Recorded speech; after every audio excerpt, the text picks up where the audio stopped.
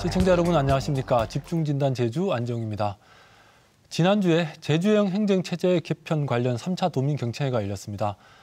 이번에는 도내 행정구역을 몇 개로 어떻게 조정할 것인지에 대한 연구 용역 중간 보고를 겸한 도민 설명회 자리였는데요. 제주형 행정체제의 행정구역안에 대한 자세한 내용 알아보고 이에 대해 함께 토론해 보겠습니다. 토론에 앞서 먼저 함께 하실 분들 소개해 드리겠습니다. 강경식 시민정치연대 제주가치 전 공동대표 함께 하셨습니다. 네, 반갑습니다. 네, 반갑습니다. 그리고 한동수 제주특별자치도의회 의원 함께 하셨습니다. 예, 반갑습니다. 동수 의원입니다. 네, 반갑습니다. 그리고 이군옥 전 탐나자치연대 대표 함께 하셨습니다. 네, 반갑습니다. 네, 반갑습니다. 그리고 금창호 한국지방행정연구원 석자연구위원 함께 하셨습니다. 예, 반갑습니다. 네, 반갑습니다. 오늘 이렇게 네 분 모시고 제주형 행정체제 개편 중에서 최근에 얘기가 나온 행정구역 몇 개로 할 것인지 이 논의를 중심으로 해서 한번 토론을 시작해 보겠습니다. 먼저 이건 그냥 이군욱 대표님한테 그냥 편하게 한번 질문해 보고 싶은데 탐나자치연대라는 거 지금 사라진 단체라고 들었는데요. 이게 어떻게 보면은 제주특별자치도가 출범하면서 행정체제가 하나로 묶어지면서 이 서귀포의 고유한 단체 활동이 좀 힘들어졌다 이렇게도 볼 수 있는 겁니까?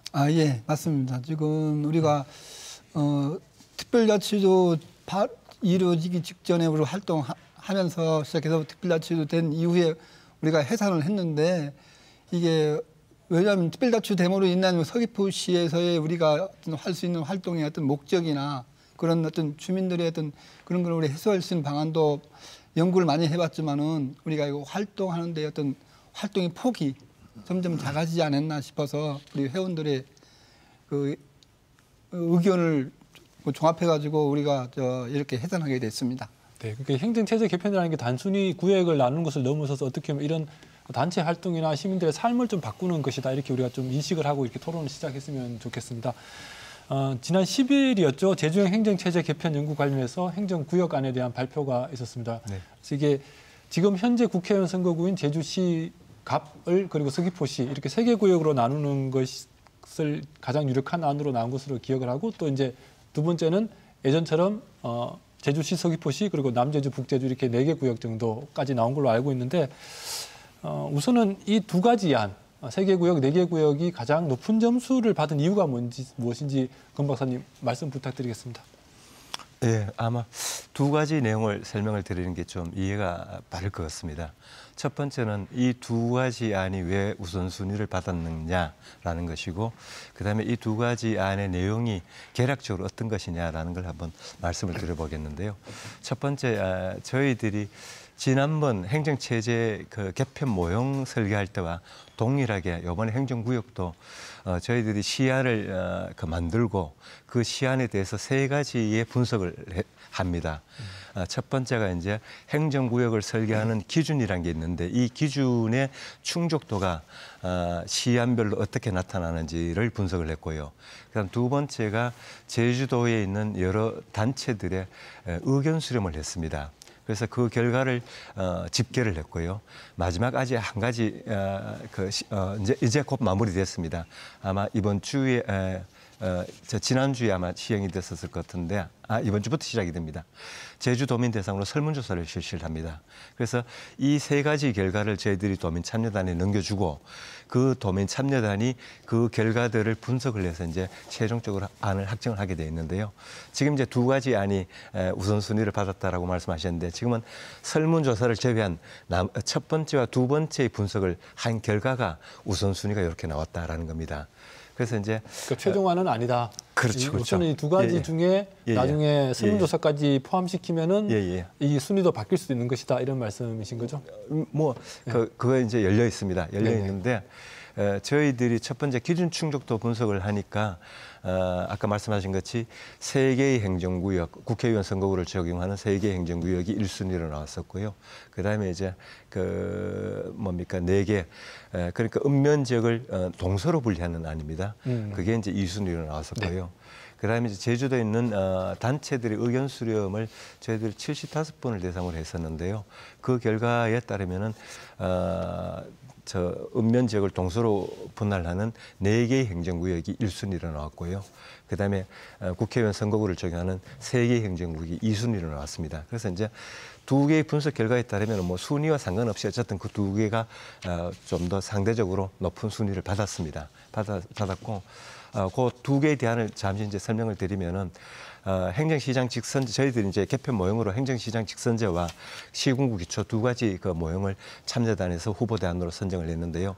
제가 이제 시군구 기초를 중심으로 기준으로 해서 말씀을 드려보면은 그 세 개의 국회의원 선거구를 적용하는 거는 서귀포시는 현재 행정구역을 그대로 유지를 합니다. 네. 유지를 하고 제주시만 이제 두 개로 분할이 됩니다. 분할이 되는데 만약 시군구 기준으로 말씀을 드리면은 세 개의 행정구역이 전체 다 도농복합시 형태를 갖는다라고 말씀을 드릴 수 있고요. 그다음에 네 개의 행정구역은 이거는 이제 시군구 기준으로 말씀을 드리면은 제주시와 서귀포시는 일반시로 독립이 됩니다. 네. 독립이 되고 나머지 읍면 지역을 2006년 이전에는 남북으로 분할이 됐었죠. 네. 이걸 이제 동서로 분할을 한 겁니다. 그래서 기본적으로 세수의 형평성이라든지 아니면은 주민분들의 행정기관 접근 그 거리라든지 이런 것들이 상대적으로 좀 좋아지는 그런 어떤 측면이 있다라고 말씀을 드릴 수 있습니다. 그러니까 행정 서비스 편의성은 높아질 것이다. 네. 뭐 이런 정도 말씀이신데 우선은 지금 현재 연구진에서 두 가지 안을 우선은 유력하게 지금 검토하고 있고 지금 설문조사가 끝나야지 이 순위에 대해서 최종적으로 두 가지 안이 또 나올 것이다 이렇게 말씀해 주셨는데 지금 이렇게 마련된 안에 대해서 이 나머지 세 분들 의견이 어떤지 한번 들어볼까요? 우선 강경식 전 대표님. 네. 예. 저는 이번 행정체제 개편과 함께 이제 행정구역 논의는 이제 적합하다고 봅니다. 이제 함께 이루어져야 될 문제라고 보고요.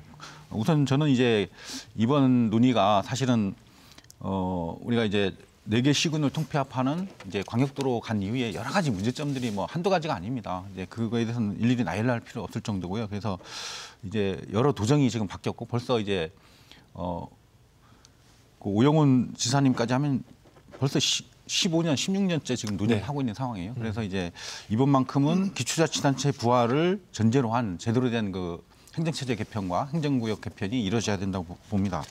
지금 이제 용역진이나 이제 그 도내 이제 자생단체에서 나온 의견은 이제 국회의원 선거구를 하는 이제 3개 구역안하고 그다음에 이제 4개 시군 이제 체제 아까 말씀하신 그 부분은 이제 자생단체 안이 1순위로 나와서 이제 했는데 앞으로 이제 설문조사라든가 공론조사 이런 것들을 통해서 여러 가지 그 안들이 이제 결정돼야 된다고 보는데 저는 이제 풀뿌리 자치 운동을 해왔던 사람의 입장으로서 보면 오히려 43개 읍면동 자치를 하자.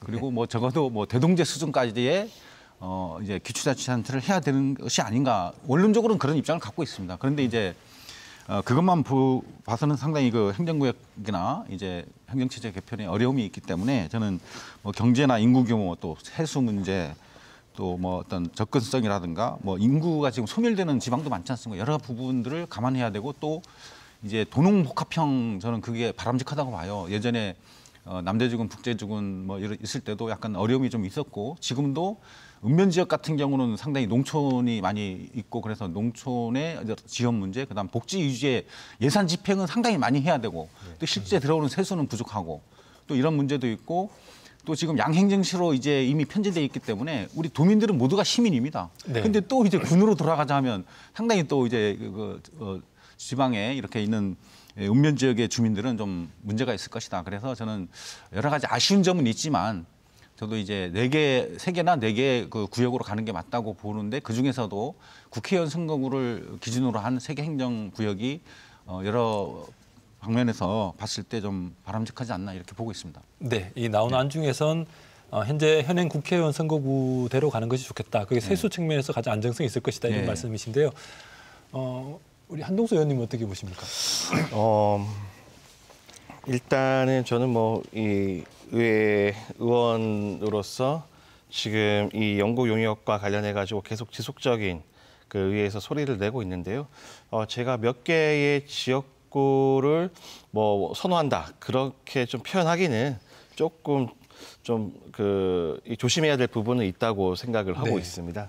근데 뭐 다만 이번 영구 용역과 관련해 가지고 먼저 좀 이야기를 좀 드려야 될 것 같은데 우선 우리가 지금 보시는 것처럼 이 지역이나 그다음에 모델에 대해서는 다들 생각하는 바가 다르지 않습니까? 예, 그렇다면은 이 연구 용역진에서 내놓는 안이 정말 그 논리가 뭐 체계적이고 객관적인 그런 그 논리가 뒷받쳐 줘야만 그 주장하는 거에 대해서 힘을 받을 텐데 지금 사실 그 과학적이고 객관적인 평가 지표가 지금 없는 수준으로 이번 연구 용역이 발표가 됐습니다. 다시 한번 말씀해 주시면 평가 지표가 없는 수준에서 발표됐다. 예, 그 근데 앞서- 자의적으로 너무 예, 평가 지표도 없을 뿐더러 그다음에 너무 배점 기준이 자의적으로 평가가 됐다라는 거를 좀 말씀을 드리고 싶고 네. 우선 제가 좀 구체적으로 조금 말씀을 드리겠습니다. 일단은 이 연구 용역진에서 그 기준 충족도를 평가를 하면서 정치 민주성, 그다음에 경제 효과성, 그리고 생활 편의성, 지역 형평성, 그리고 지역 정체성에 대해서 이렇게 했는데 정치 민주성의 경우에는 지역이 넓으면은 정치 민주성은 떨어진다. 네. 그리고 경제 효과성 같은 경우에는 지역이 넓으면은 단순히 규모의 경제가 발생해가지고 경제 효과성은 올라간다. 이렇게 돼버렸거든요. 그러니까 네. 서로 반대급부로 설정을 해놨습니다. 그렇게 하다 보니까 점수가 모든 8개 안이 2개 합쳤을 때 10점이 되거든요. 예, 그럼 이거는 너나 마나 하나만 한 거다. 차별성이 아예 전혀 없어져 버리는 거고 그리고 지금 아까 우리 강경식 전 의원님도 말씀을 하셨지만 우리가 지역을 나누는 기준 중에 가장 중요한 거는 인구, 면적, 그리고 세수입니다. 네. 예, 그런데도 불구하고 인구, 면적, 세수를 가장 중요함에도 불구하고 지역 형평성 이 8점 안에 가둬버렸거든요. 그러다 보니까 이 3개 요소가 가장 좀 저평가돼서 반영된 부분이 있고요. 그다음에 또 지역 정체성과 관련해가지고 지역 정체성이라고 하면은 이 지역 주민들과의 유대감 그리고 지역만의 고유한 문화가 이렇게 있는데 예를 들어서 한림과 구자가 다르고 또 추자도와 우도가 다르고 그렇죠. 예, 성산 대정 그다음 안덕 표선이 다 다른데도 불구하고 예전 과거 사개시군 체계를 지역 정체성으로 가장 높은 점수를 부과를 했습니다. 예. 그래서 근데 반면 지금 현행 체제는 지금 그것보다 더 낮은 걸로 이렇게 평가가 지금 됐거든요. 지금 양행정시 체계가. 네네. 그래서 단순히 제가 봤을 때는 지금 현재까지 과거에 있었던 그 행정 적응력 같은 기준으로 평가를 했던 것 같은데 사실 행정 적응력으로 평가를 했다고 하면 현재 기준이 지금 현재 우리 제주도민한테 더 맞죠. 그러면 점수가 당연히 더 높게 나왔음에도 써야 되는 불구하고 더 낮게 나왔다. 그래서 그런 부분이 좀 좀 그런 부분이 용역 결과에 잘 담겨야 되는데 이게 좀 너무 낮다 보니까 부실 용역을 좀 초래를 하고 있고 우리가 안전하게 주민투표까지 이 용역을 근거로 가려면은 이 정말 그 과학적이고 뭐 객관적인 그런 이 논리랑 근거가 필요함에도 불구하고 지금 상황으로 너무 좀 부실하다. 네. 예. 우선 뭐 건박사님 바로 이건 좀 얘기를 해주셔야 될 것 같은데 예. 지금 한동수 의원님 말씀은 기준 충족도의 지표들이 네네. 너무 좀 주관적이고 자의적으로 보인다. 이게 뭐 어떻게 평가 기준으로 적합하지 않다. 네네. 예를 들어 뭐 방금 말씀하신 지역 정체성 부분도 그렇고 또 뭐 면적도 그렇고 뭐 이렇게 지금 굉장히 좀 타당한 지적들을 하신 것 같은데 어떻습니까? 예. 제가 뭐 간단하게 좀 답변을 드리도록 하겠습니다. 왜냐하면 어쨌든 시간은 제약이 돼 있고 네. 이것만 아마 논의하기는 어려울 것 같으니까. 네. 첫 번째 이제 지표가 객관적이고 과학적으로 그 설정이 됐냐라는 문제인데요. 저희들이 5개 지표를 적용을 했습니다. 네. 이 5개 지표는 행정구역의 개수를 정하는 기준으로서 네. 정치 민주성하고요. 그다음에 경제 효과성을 적용을 했고요. 네. 그다음에 행정구역의 경계를 획정하는 기준들이 또 있습니다. 네. 그게 이제 생활 편의성과 지역 형평성, 지역 정체성입니다. 이 5개의 구역의 개수 정하는 판단 기준과 경계를 정하는 판단 기준은 전부 다 기존의 법제나 아니면 기존의 논의를 토대로 해서 저희들이 선정을 한 것이기 때문에 네. 저희들이 자의적으로 했다라는 것은 아니다라는 말씀을 드리고요. 네, 그러면은 두 번째 이제 네네. 두 번째 이제 적용하는 데 있어서 몇 가지 이제 크게 보면 두 가지인 것 같습니다. 두 가지 지적을 하셨는데 첫 번째는 구역의 개수를 정하는 정치 민주성과 경제 효과성이 반대 방향의 그 지향성을 가지니 이걸 합하면은 동일한 점수가 되어버린다라는 지적인데요. 저희들이 이걸 소위 말하는 대안의 어떤 차별성을 구분하는 것도 그 목적이긴 하지만은 1차적으로는 저희들이 검토했었던 8개의 대안들이 각각의 기준에 있어서 충족도를 어느 정도의 충족을 하고 있는지를 판단하기 위한 것이거든요. 네. 그게 이제 합산을 하는 과정에서 서로 상세 그 효과를 갖더라도 그거는 그 나름대로 그 개별적인 어떤 판단이 분석이 이루어져야 된다라는 그 말씀을 드릴 수밖에 없고요. 네네. 그다음에 세 번째는 그 우리 한 의원님 말씀하신 게 지역 형평성, 그러니까 인구와 면적과 세수가 가장 중요한 것인데 이걸 지역 형평성이라는 단일의 것에 묶었다라고 말씀하셨는데 실제 아까 제가 말씀드린 것이 경계를 획정하는 기준은 생활 편의성과 지역 형평성과 지역 정체성입니다. 네. 그런데 이 세 개가 동일한 가치를 가져줘야 돼요. 그렇기 때문에 다만 이제 저희들이 기본적으로 행정구역을 경계를 정할 때 면적은 그렇게 중요하지 않을 겁니다. 면적은 중요하지 않고 인구와 세수가 사실 중요한 것이거든요. 네. 그래서 저희들이 그걸 이제 하부 지표로 분할해서 적용을 한 결과 이제 한 의원님 지적한 것이 다른 지표보다 이 세 개의 지표가 갖는 점수가 총합이 같으니까 오히려 점수 자체가 축소된 거 아니냐라는 말씀을 하셨는데 어쨌든 기본적으로 세 개로 분할을 해서 정밀한 검토를 하자라는 것이지 지역 형평성과 생활 편의성, 지역 정체성이 각각의 상대적으로 어떤 차이를 갖는 것은 불합리하다라는 말씀을 드리고요. 그러니까 5개의 지표가 이론적으로 검증된 지표를 사용한 그렇죠, 것이다 그렇죠. 이런 말씀이신 예, 예, 거죠. 예. 그리고 마지막으로 이제 지역 정체성도 내가 설명을 드릴 필요가 있을 것 같습니다. 저희들이 지역 정체성은 뒤에 조금 더 얘기를 나누시죠. 예, 알겠습니다. 그럼 한 의원님 어떻습니까 지금? 그 일단은 뭐 경제 효과성에 대해서 일단은 말씀을 하셨는데 지금 경제 효과성 같은 경우에는 단순히 규모의 경제로만 판단을 했습니다. 네. 저희가 지금 19세기가 아니지 않습니까? 네네. 지역을 나누는 기준 중에 이 뭐 규모의 경제뿐만이 아니라 뭐 범위의 경제, 예를 들어서 범위의 경제 같은 경우에는 지역이 좁을수록 뭐 유통이랑 회사들이 집약될 수 있기 때문에 더 경제 효과성이 더 클 수 있다. 네. 그런 것도 있는데 또 불구하고 뭐 단순히 너무 간단하게 이 척도를 정했다는 그런 부분이 있고요. 그리고 또 이게 계속 뭐 어디 이 행정학적으로 나오는 지표랑 그다음에 근거를 활용했다고 하는데 네. 그렇다면은 여기서 가장 중요한 아까 말씀드린 우리 일반 도민이나 전문가들 제가 토론회를 많이 전문가 토론을 많이 해봤지만 가장 중요한 게 아까 그 금창호 박사님도 말씀하셨지 않습니까? 인구랑 세수라고. 네. 예. 그럼 인구와 세수에 관련해 가지고 더 부각적으로 우리가 그 기준으로 해가지고 나눠야 되는데 이 부분이 가장 지금 축소돼서 담겼는데 그거에 대해서는 지금 충분한 설명이 지금 부족한 부분이 있고요. 그리고 점수 배점을 1점에서 8점으로 그냥 자의적으로 진짜 지금 배점을 했습니다. 뭐 어떤 공식에 의해 뭐 어떤 과학적인 뭐 그런 근거를 갖고 배점을 한 게 아니라 1순위에서 8순위, 이건 1순위, 이건 2순위, 이건 3순위 이런 식으로 지금 배점 기준이 돼버렸거든요. 그러다 보니까 지금 왜냐면요 지금 1, 2점 기준으로 1순위, 2순위가 지금 바뀌고 있는 상황입니다. 그만큼 예민한 상황이거든요. 그렇다면 조금 더 과학적인 논리가 더 필요함에도 불구하고 지금 그런 게 너무 좀 부족하지 않나. 저도 한동수 의원님 의견에 공감을 하는데 좀.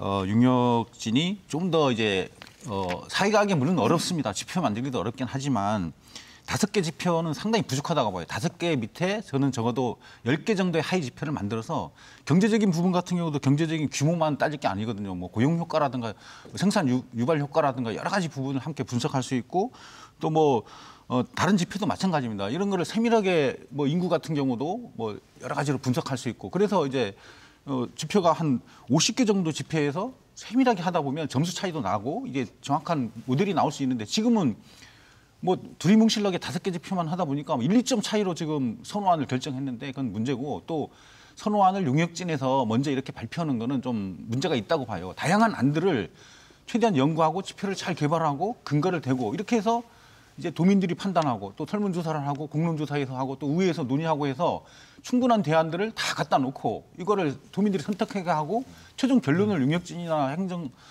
개편위원회에서 내놔야 되는데 너무 이제 성급하게 안을 내놓다 보니까 또 여러 가지 또 논란과 불신을 또 만들었지 않나 이런 부분이고요. 네. 또 하나 예, 그 정도 일단 먼저 말씀드립니다. 그러니까 지금 이제 계속 그 두 분이 말씀하시는 것은 현재 행정체제의 행정구역을 나누면서 했던 이 지표 기준들 5가지 기준에 대해서 이게 과연 합당한 것인가, 그리고 그 점수라는 것은 체계적으로 매겨졌는가, 뭐 이런 부분에 대해서 의구심을 가진다는 것 자체가 용역대로서는 좀 곤혹스러운 일일 것 같은데 네네. 이 부분 뒤에 조금 더 토론을 해보도록 네네네. 하고요. 우선 그러겠습니다. 이근옥 대표님 어떻게 보십니까? 아까 저기 세 분이 말씀하시는 부분도 저도 일부분 뭐 동감하는 부분입니다. 그런데 네.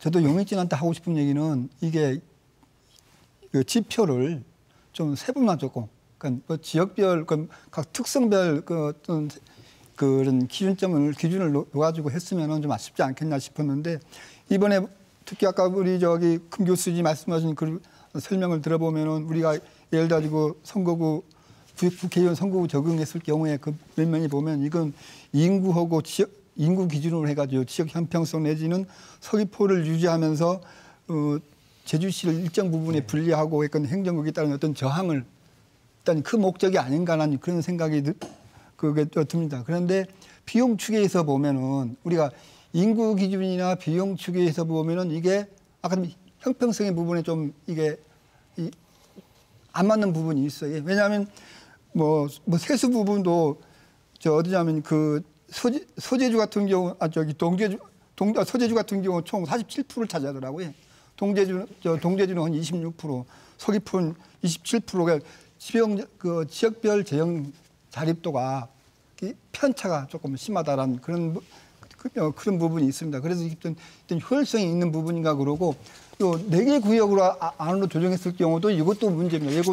이것도 행정 경우도 인구 편차도 심하고, 그러니까 여기 데이터다 보면은 인구 편차도 심하고, 특히 사업체 편중화 같은 경우는 제주시 쪽에 너무 편중이 됐더라고요. 제주시가 어디서 편중되냐면 제주시가 45%를 차지해요. 사업체 편중, 사업체장 즉 세수라고 우리가 볼 수 있거든요. 사업체가 집중이 될수록 그 부분에 어떤 재정적인 세수도 많이 끌어들이니까 그런 부분이 편중돼 있고, 두 번째는 뭐냐면 서귀포가 여기 뭐 동제주가 14%, 서귀포가 13%, 그 제주시 중심가에 이게 편중돼 있어요. 4개 시구로 나눴을 경우도. 또 인구도 한번 봅시다. 인구도 보면은 동제주가 30%, 또 어쨌든 그 비율 보면 그 어떤 제주시 쪽에 많이 편중돼 있어요. 요거를 일부를 조정할 수 있는 부분이 아닌가. 왜냐하면 여기 우리가 제주시의 그 자료를 보다 보니까 우리 제주시 읍면동에 있는 사업체 수, 재정 수 그런 걸 보다 보니까 제주시 쪽에 일부 동네에 편중돼 있는 부분도 있더라고요. 요거를 어떻게 이거를 분리할 거냐, 좀 양쪽으로 나누어 줄 거냐라고 했을 경우, 저 같은 경우는 4개 시군으로 분리했을 경우에 일부의 읍면동을 조정할 수 있는 부분, 양쪽 동서쪽으로 일부를 좀 조정을 가능하면은 내가 예상을 해보니까 만약에 이게 동제주 쪽에서 대정화 안도를 동제주로 붙잡을고, 예,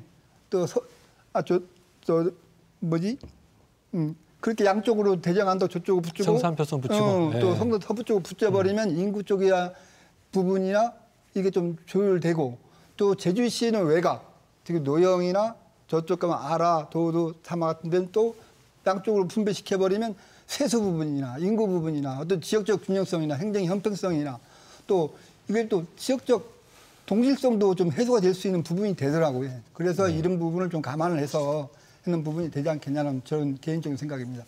네, 지금 뭐 얘기 나오시는 부분들이 대부분 이 지역 구성을 할 때 나중에 기초단체가 생겼을 때 기초단체 간 격차가 너무 커질 것 아니냐, 이런 우려들도 분명히 존재를 하고 있는 것 같습니다. 그래서 지금의 격차를 좁히는 것이 아니라 기초단체별로 이게 뭐 가난한 지역, 조금 부유한 지역 이렇게 나눠지면은 세수 분배의 형평성이 떨어질 것이다라는 지적이 많으신데, 우선은 이 경청회 때 나온 도민들의 의견이 어떤지 이것도 한번 좀 짚어주시죠, 권 박사님. 네. 예, 경청회 때는 뭐 다양한 어떤 의견들이 제기가 됐었는데요. 행정구역에 대해서는 어쨌든 뭐 어떤 것들이 선호한다라는 의견들도 있었고요. 그다음 우리 방금 대표님 말씀하신 것이 지금 현재의 그 우선순위에 포함되어 있는 것들 말고도 좀 조정을 할 수 있는 여지가 있는지라는 의견들도 있었고요. 그다음에 실제 이게 이제 어떻게 최종적으로 결정이 되느냐라는 절차에 대해서 의문을 질의를 하는 내용들도 있었고 더불어서 실제 이 행정구역이 저희들 아까 제가 모두에 말씀드린 것이 어쨌든 지금 현재 개편 모형은 행정시장 직선제와 시군구 기초 두 가지가 있는데 만약에 이걸 이제 현재 어떤 행정구역을 좀 더 세분화할 수 있는 이 두 가지 모형을 감안을 한다면은 그런 어떤 의견들도 있었고 그러니까 뭔가 좀 그 다수를 이루는 그런 더 지배적인 어떤 의견보다는 각각 이제 자기 개인별로 좀 관심이 있는 사항들에 대한 어떤 질의가 많았었습니다. 이게 죄송한데 네. 행정시장 직선제 관련해서 조금 짚고 넘어가야 될 것 같은데요. 사실 물론 여론조사를 해보면 행정시장 직선제가 뭐 선호하는 그런 공무원이나 도민들이 있는 건 사실입니다. 그런데 이제 사실은 행정시장 직선제 문제는 우리가 이제 기초자치단체를 부활하려고 노력을 하고 또 정부나 국회를 설득하려고 했는데 도저히 좀 어렵다 이런 차원에서 차차선 안으로 나온 게 행정시장 직선제입니다. 그런데 그것들이 도민사회에 아주 오랫동안 논의하다 보니까 이게 마치 좋은 안처럼 얘기를 하는데 이거는 행정체제 개편하고는 전혀 무관한 얘기입니다. 사실 우리가 기초자치단체를 부활해서 이제 법인격이 있는 제대로 된 이 구조가 돼야만이 여러 가지 문제들이 해소되거든요. 행정시장 직선제는 말 그대로 그 시장을 이제 임명직으로 하다가 이제 직선제로 뽑는 수준밖에 안 되거든요. 그러면 또 다시 이거 문제점들을 도출해서 또 도민들이 의견이 나올 수밖에 없기 때문에 우리가 기초자치단체 부활을 전제로 한 행정체제 개편을 안을 만들고 정부와 국회에 논의를 해서 이게 하다 안 되면 그다음 할 수 없이 행정시장 직선제를 하면 되는 겁니다. 그런데 마치 용역진도 그렇고 행정체제 개편위원회도 요거를 두 개 안들을 모형으로 갖다 놔가지고 도민 의견 수렴을 하고 이렇게 용역을 10억이나 드리고 이렇게 할 필요가 없다고 봅니다. 그래서 이 부분은 확실히 매듭을 지어서 행정시장 직선제 여기는 논의로 해야 이번에 제대로 방향을 갈 수 있다고 봐요. 그런데 그걸 계속 네. 지적을 하는데 좀 안 지켜지는 것 같아요. 네. 예. 뭐 말씀은 충분히 이해를 합니다. 이해를 하는데 어쨌든 방금 말씀하신 것 같이 하면은 저희도 이제 연구 용역진이 어느 정도 결정할 힘을 갖고 있다면은 결국 답정너라는 얘기가 또 나옵니다. 또 나오고 답정너라는 어떤 말을 가급적이면은 제기되지 않도록 하기 위해서 아마 행정위에서 프로세스를 연구 용역진이 특정안을 결정하는 게 아니라 도민참여단에서 결정을 하도록 이런 프로세스를 가져갔거든요. 그래서 이제 충분히 저 대안에 대한 어떤 저 의견은 제가 충분히 알겠는데요. 근데 이게 저희들이 그런 어떤 한계가 있다라는 걸 좀. 근데 금 박사님 지금 시작 자체가 이게 행정학적인 혹은 또 이론적 배경을 가지고 추진을 지금 하고 계시는 건데 사실 행정시장 직선제라는 게 이론적 배경이 굉장히 좀 취약한 제도 아니겠습니까? 그러면은 지금 현행으로 통합해서 갈 건지 아니면은 또 독립된 단체, 법인격 단체를 만들어서 갈 건지 지금 이렇게 상식적으로 생각이 되는데 그런 것들에 대해서는 이론적인 접근을 좀 안 하신 겁니까? 어떻게 된 건가요? 했습니다.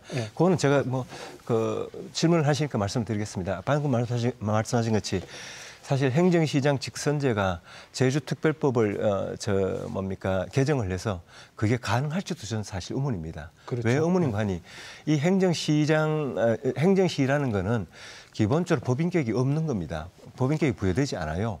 소위 말하는 도지사의 업무를 보조하기 위해서 설치한 하부 행정기관이라고 우리가 행정학으로 분류를 합니다. 아니 제도로요.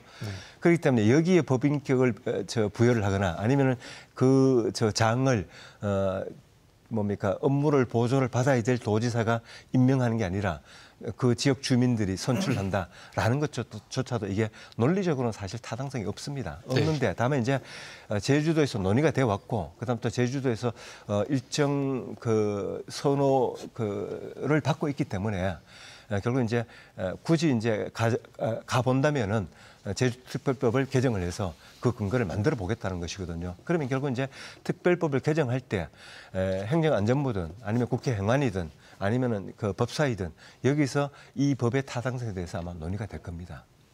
네. 그러니까 일단 금 박사님 보실 때도 이게 참 쉽지 않은 거다. 행정시장 직선제라는 것은 이게 좀 설득이 어려운 아니다라고 생각을 하고 계신다 이런 말씀이신 것 같습니다. 그죠? 그러면은 우선은 지금 이제 지금 도민 경청회 때 나온 의견들 아까 말씀해 주셨지만 이게 하나로 모아지지 않고 좀 다양한 의견들이 있다. 이런 말은 사실은 도민들 사이에서도 좀 더 많은 정부로 많은 논의가 필요한 것이다. 이런 의미로 좀 읽을 수 있지 않겠습니까? 그래서 지금 이 나머지 세 분들의 말씀도 이게 좀 다양한 각도로 좀 접근했으면 좋겠다. 이런 말씀이신데 이 부분에 대해서 조금 더 어떻게 이걸 좀 풀어나가는 게 좋을 것인지 대해서 짤막하게 한동수 의원님 먼저 조금 얘기 부탁드릴까요? 네. 일단은 경청회에서 나온 좀 이야기가 뭐 공무원 증원 문제, 그다음 청사 문제, 예산 배분 문제도 이야기가 나왔는데 지금은 사실 그 연구 용역을 봤을 때는 이 기초자치단체 부활과 행정시장 직선제가 그 공무원 증원 숫자를 똑같이 설정을 해놨습니다. 당연히 기초자치단체가 되면은 일반 사무 업무 그 권한이양과 관련된 부분, 그리고 또 의회와 관련된 뭐 협력팀이나 그다음에 뭐 전문위원실, 그다음에 뭐 청원경찰, 아무튼 의회와 관련된 부분이 대폭 증가할 수밖에 없습니다. 네. 예. 그렇다고 하면 지금 세수가 한정돼 있는데 그러면은 공무원 증원을 못했을 경우에는 우리가 어떤 대책이 필요하냐? 일반 사무 업무는 필수적으로 필요한 부분이지 않습니까? 그러면은 복지직, 기술직, 토목직, 농업직 이런 분들에 대한 감축이 필요할 거고. 네. 예. 근데 아무튼 이런 부분이 좀 똑같이 설정이 된 그런 부분이 있고요. 그리고 또 청사 문제와 관련해 가지고는 지금 국회의원 지역구와 관련해 가지고는 현재 제주경찰청 청사를 쓰겠다고 네네. 하면서 이 청사 예산에 대해서는 거의 배제를 시켰는데 사실 청사도 당연히 제주도가 솔직히 매입을 할 예정입니다. 그 뭐 3개 지역구나 뭐 4개 지역구 다 떠나가지고. 근데 그 비용을 아예 그냥 배제를 시켜버린 부분도 있고, 그리고 또 그거에 따라 가지고 지금 이 청사가 노후화가 됐기 때문에 리모델링을 지금 해야 되거든요. 네. 그래서 그런 게 좀 이 연구 용역에 제대로 담겨지지 않았다. 예, 그리고 또 그거에 대한 좀 비판 문제가 있었고, 그리고 지금 뭐 이 경제성 분석 관련해 가지고 뭐 산업 연감 분석 결과에 대해서 그 생산 유발 효과랑 부가가치 유발 효과를 합산을 하셨더라고요. 그러니까 네. 우리가 보통 생산 유발 효과를 한다고 하면은 그 안에 이미 부가가치 유발 효과까지 다 포함이 된다고 일반적으로 인식이 되는데도 불구하고 그거를 합산을 시켜가지고 조금 부풀린 게 아닐까, 그런 게 좀 보입니다. 네, 알겠습니다. 이후에 뭐 이런 부분들에 대해서 네, 이근욱 대표님. 네.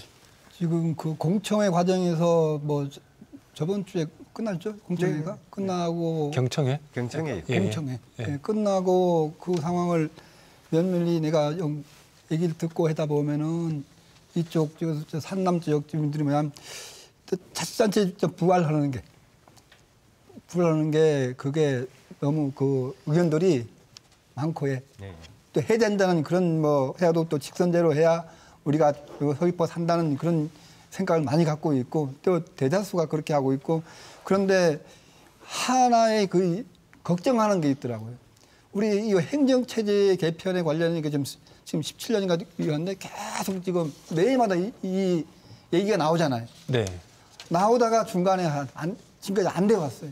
그래서 주민들이, 서귀포 주민들이 어떻게 생각하냐면 이렇게 구역 나누고 이렇게 하다 보면 이게 시를 촉박하게 하다 보면은 이게 또 나중에 뭐 법도 개정도 그런 문제도 걸려 있고 여러 가지 문제가 있으니까 이것도 제대로 된다는 거 아니냐. 그냥 허공성의 메아리 아니겠냐라는 그런 생각도 많이 갖고 있더라고. 그래서 또 그러고 이번에 네. 특히 이 행정구역 개편하는 과정에 서귀포가 조금 외면당하고 있다는 그런 사람들이 인식이 같아요. 왜냐하면 축소파 안 된다고. 왜냐하면 동서로 나눠서 서귀포시, 남제주, 동제주, 서제주, 제주시가 축소가 되고, 또 세 개의 군으로 해도 어쨌든 이거는 또 옛날처럼 차별나 어쨌든 뭐 그런 부분이 발생하고, 그러니까 이런 부분이 여러 가지 아니면 이번 공청회 때 가서 얘기를 들어보고 또 외부에서 들어오고 하다 보면 이런 얘기들이 자꾸 나오더라고. 그래서 이런 부분을 해소할 수 있는 부분이 뭔가 용역진도 그런 걸 고민을 해야 될 것 같아요. 네. 네, 저도 한 2가지 정도 네네. 말씀드릴 게 있는데요. 우리가 이번 행정체제 개편이나 행정구역을 개편할 때 우리가 기본적으로 가져야 될 부분은 적어도 이번에 개편하면 뭐 50년, 100년 미래를 봐서 이제 가야 된다고 보고 그런 입장에서 봤을 때 이 청사 건축비 문제라든가 뭐 공무원 수가 좀 는다든가 이런 부분들을 너무 중심으로 해서 비용 문제라든가 이런 걸 따질 필요는 없다고 봐요. 지금 단기적으로 조금 비용이 좀 들면 어떻습니까? 우리가 청사를 하나 지어도 다 공적 재산이기 때문에 또 그거에 따른 뭐 여러 가지 뭐 지역 경제 활동화 효과도 있고 또 이제 지금 뭐 여러 가지 고령화 사회가 돼가지고 노인 돌봄 문제라든가 뭐 여러 가지 문제들이 많지 않습니까? 사실은 공무원 정원이 더 늘어나도 도민 서비스가 좋아진다고 하면 얼마든지 도민들은 세금을 낼 수 있다고 봐요. 그런 것들에 너무 초점을 맞추지 말고 정말 우리가 이제 미래지향적으로 제주가 나아갈 수 있는 법인격 있는 기초자치단체를 어떻게 만들 것이냐, 구역은 어떻게 할 것이냐 이런 부분들에 대해서 논의를 좀 했으면 좋겠고요. 두 번째는 뭐냐면 네. 제주형 행정체제 개편 이게 굉장히 중요한 말인데 그럼 제주형은 뭐냐, 육지지방과 차별성은 뭐냐 이것들에 대해서 좀 더 정부나 국회 설득력 있는 제주형 행정체제 개편안이 나와야 돼요. 그런 것들이 사실은 용역진에서 전문가들이 좀 해줬으면 하는 그런 바람이 있었는데 그런 부분들이 좀 용역 그 부분에 찾아보기 좀 어려운 부분인데 사실은 여기 우리 행정체제나 행정구역 부분에서 가장 또 핵심으로 될 부분은 사무의 문제입니다. 우리 공무원들이 사무를 어떤 사무를 읍면동에서 할 거냐, 그다음 기초자치단체에서 할 거냐, 광역도에서 할 거냐 이 부분들에 대해서는 육지지방하고는 상당히 다르거든요. 사실은 제주도는 1시간 가까이 다 이제 그 범위 내에 있기 때문에 도로라든가 웬만한 부분은 다 이제 뭐 이제 광역도라든가 이런 데 할 수 있고 이런 걸 아주 효율적으로 사무를 잘 배치를 하면 공무원들의 만족도도 높고 도민들의 어떤 이런 부분도 높을 수 있는 그런 부분이 되거든요. 그래서 이런 보충성이 원칙에 의해 가지고 사무교연을 제대로 하면 공무원 수도 아직 그다지 많이 높이지 않아도 충분히 할 수 있는 이런 제주형 모델을 개발을 한다고 하면 충분히 또 이제 정부나 국회 설득력도 높아질 건데 그런 부분에서도 한번 좀 고민이 좀 필요하다 이런 말씀 드리고 싶습니다. 네, 그냥 오늘 아마 지금까지 추진된 행정체제 개편에 대해서 이런저런 문제점들이 상당히 많이 나온 것 같습니다. 이런 부분들을 좀 포함해서 이후에 좀 논의를 하자 이런 얘기들인데 이걸 아마 영역제에서 충분히 좀 검토를 해주셔야 될 것 같고요.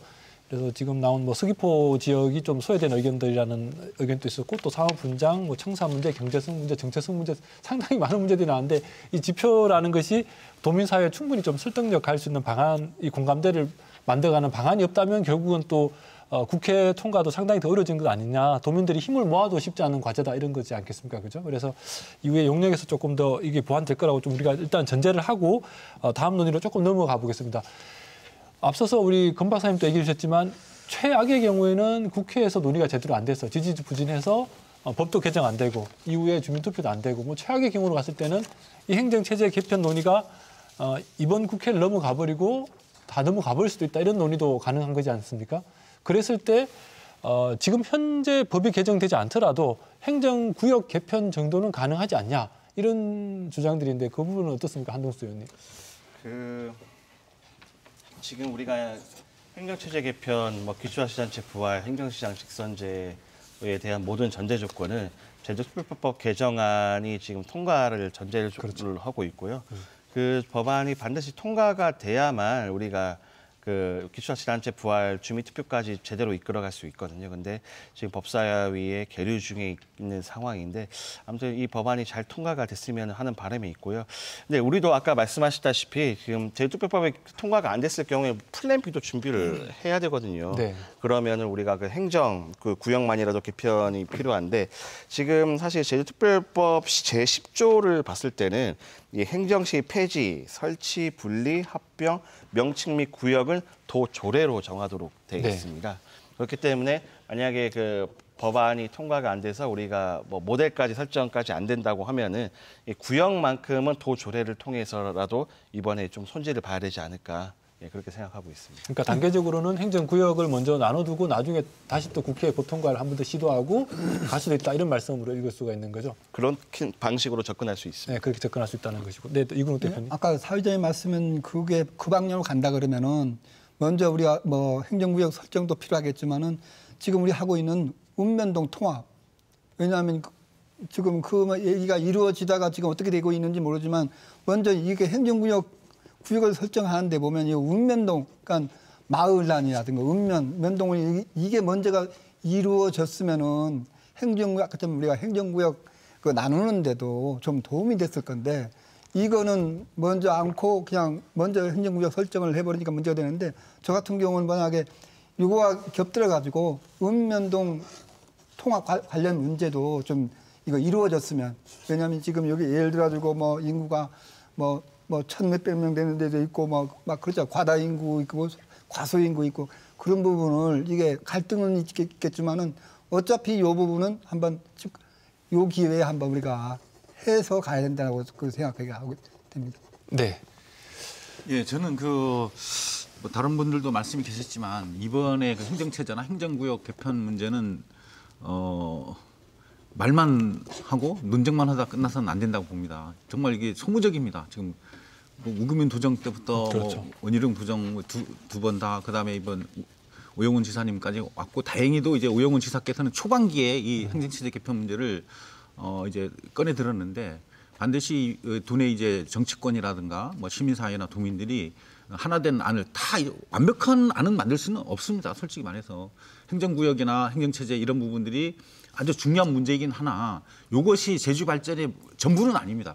그런 부분에서 우리가 좀 더 이제 오영훈 도정도 앞장서서 뭐 자기 주장도 좀 하고 또 정치권 설득도 시키고 또 도의회 설득도 하고 여러 가지 그런 작업들을 해서 내년 그 총선 이전에 이런 것들이 좀 하나의 도민안으로 만들어져서 어떤 매듭이 좀 지어져야지 그러지 않으면 이건 계속 논의만 하다 끝나고 이번에 그런 우려들이 상당히 도민들에게 있습니다. 그래서 아까 이제 초반에 저희들이 얘기했던 그런 여러 가지 그 용역진이나 행정체제 개편위원회가 조금 더 논리적 뒷받침이라든가 도민 합의 과정 이런 것들에 대해서 제대로 갈 수 있는 것들을 만들어야 되는데 그러지 않으면 뭐 도의회도 이건 뭐 이제 논의 단계에서도 이제 뭐 아예 그냥 못 해버리고 뭐 시민단체 같은 경우도 사실은 이제 읍면동 직선제 안을 주장하는 시민단체도 많거든요. 그런 네. 것들도 이제 논의에서는 아예 배제돼 버렸고 이렇게 하다 보면은 도민 갈등만 생기고 이거 하나로 통합해서 하나의 안을 만들기 굉장히 어려지고 그러면 뭐 정부나 국회에서는 뭐 도민 합의도 안 됐는데 우리가 왜 특별법을 개정해줘? 이렇게 하면은 우리가 할 말이 없거든요. 그런 네. 부분이 상당히 좀 더 그 용역진이나 뭐 행정체제 개편위원회나 우리 오영훈 도정이 더 노력을 해야 된다 이런 말씀을 위원께 드리고 싶습니다. 알겠습니다. 그러면 이제 조금 토론을 우리가 하다 보니까 좀 시간이 많이 흘러서 좀 정리를 해야 될 것 같습니다. 오늘 아마 충분히 이 행정체제 개편 논의 과정에서 필요한 혹은 좀 보충해야 될 얘기들이 충분히 나오지 않았나라는 생각이 들고 하지만 이게 지금 주민투표안까지 지금 만드는 과정이 아직 끝난 거지 않습니까? 그래서 12월까지 지금 말씀하신 과정들이 설문조사가 남았고 수기형 토론 과정이 남았고 안을 만들어내고 그 안을 가지고 주민투표로 가야 된다라는 것이 지금 굉장히 바쁜 과정들이 있는 것인데 이 전체적인 앞으로의 어떤 부분들에 대해서 우리가 좀 더 집중을 해야 될 것인지 어떤 절차들이 더 필요한 것인지 이런 얘기를 마무리 말씀 겸해서 하면서 좀 정리하도록 하겠습니다. 한 1분 정도 짧게 좀 부탁드리겠습니다. 한동수 의원님부터요. 네. 저를 비롯한 많은 의원들이 지금 제주도의 행정체제 개편을 지지하고 응원하고 있습니다. 근데 다만 그 전제 조건은 지금처럼 조금 부실한 연구 용역이 나왔을 경우에는 우리가 주민투표까지 제대로 이끌어갈 수 가는 게 한계가 있을 수 있다는 거고 그리고 또 의회에서도 그런 부실한 안을 갖고 어떻게 주민들을 설득할 수 있을지에 대한 좀 의구심이 지금 드는 상황입니다. 그래서 우리가 앞으로 주민투표를 까지 맞춰가지고 진정한 제주 주민들이 의견이 반영된 이 행정체제 개편안이 나왔으면 하는 그런 바람이 있습니다. 예, 고맙습니다. 강경식 대표님. 예,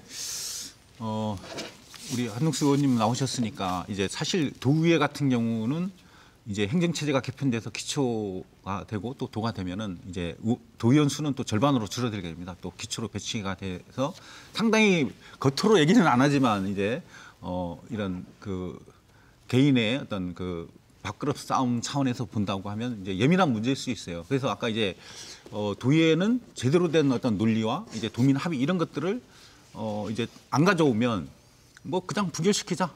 사실 근데 이제 국회나 정부 입장에서도 도의회가 부결하고 동의하지 않는 안을 가지고 특별법을 개정해 줄 수는 없거든요. 그래서 그렇죠. 네. 도의회에서도 좀 더 좀 도민을 바라보는 입장에서 좀 노력을 해주시고 용역진이나 도정에서도 그런 그 여러 가지 합의 과정이나 논의를 좀 더 적극적으로 할 필요가 있다 이렇게 봅니다. 네, 고맙습니다. 금창호 박사님. 네. 예. 하여튼 그 많은 지적들 감사드리고 또 저희들이 또 대응을 해야 되겠죠. 해야 되는데 다만 이제 한 가지만 좀 그래도 좀 다르게 좀 봐줬으면 좋겠다라는 것인데요. 뭔가니 이 개편 모형도 그렇고 행정구역도 그렇고 워낙 이해관계가 첨예하고 각각 저희들 아까 경청에 다니면서 좀 지배적인 어떤 의견들이 없었다라는 말씀을 드렸지 않습니까? 아마 이걸 바라보는 제주도민분들 각각이 다 아마 다른 어떤 이해관계를 가질 것이고 또 다른 어떤 선호를 가질 겁니다. 그래서 그만큼 예를 들어서 이게 어려운 작업이고 또 하나는 이제 저희들이 기본적으로 진짜 이론적이고 학문적인 측면에서만 접근하기 어려운 아까 뭐 행정시장 직선제도 똑같은데요. 왜냐하면 저희들 의사와 혹은 또 저희들의 어떤 논리와 상관없이 또 어떤 것들이 결정이 되고 하는 그런 어떤 과정들이 있다는 겁니다. 그래서 그런 것들을 좀 나름대로 좀 감안을 해주셨으면 좋겠다라는 생각이 들고 네. 어쨌든 남은 시간 저희들 한번 최선을 다해 보도록 하겠습니다. 네, 고맙습니다. 네, 이근욱 대표님. 네. 저는 시기를 좀 늦추더라도 좀 조급하게 충분한 공감대를 우리 주민들이 공감대를 형성한 후에 시간이 조금만 충분한 논의를 거치더라도 크게 늦지 않다고 봅니다. 왜냐하면은 우리가 앞전에 어떤 우리가 오류를 범하지 말자.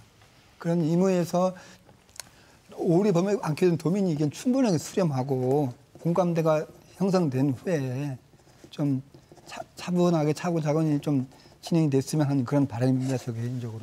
네, 알겠습니다. 오늘 강경식 대표님 그리고 한동수 의원님 그리고 이근욱 대표님, 금창호 박사님 오늘 토론 고맙습니다.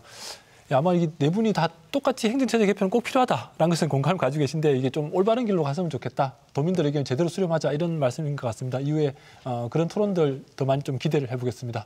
네, 고맙습니다. 네. 시청자 여러분, 오늘 토론 어떻게 보셨습니까? 오늘은 행정체제 구역을 나누는 문제를 살펴봤는데요.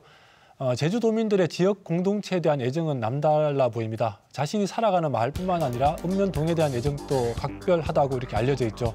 그러니까 제주도에 사람들이 살아가는 이 삶의 영역을 손으로 긋고 나눌 수는 없는 이런 삶이 녹아있는 공간을 어떻게 구획할 것인가 라는 문제는 그래서 도민들에게 좀 더 중요한 문제가 아닐까 이렇게 느껴지는데요.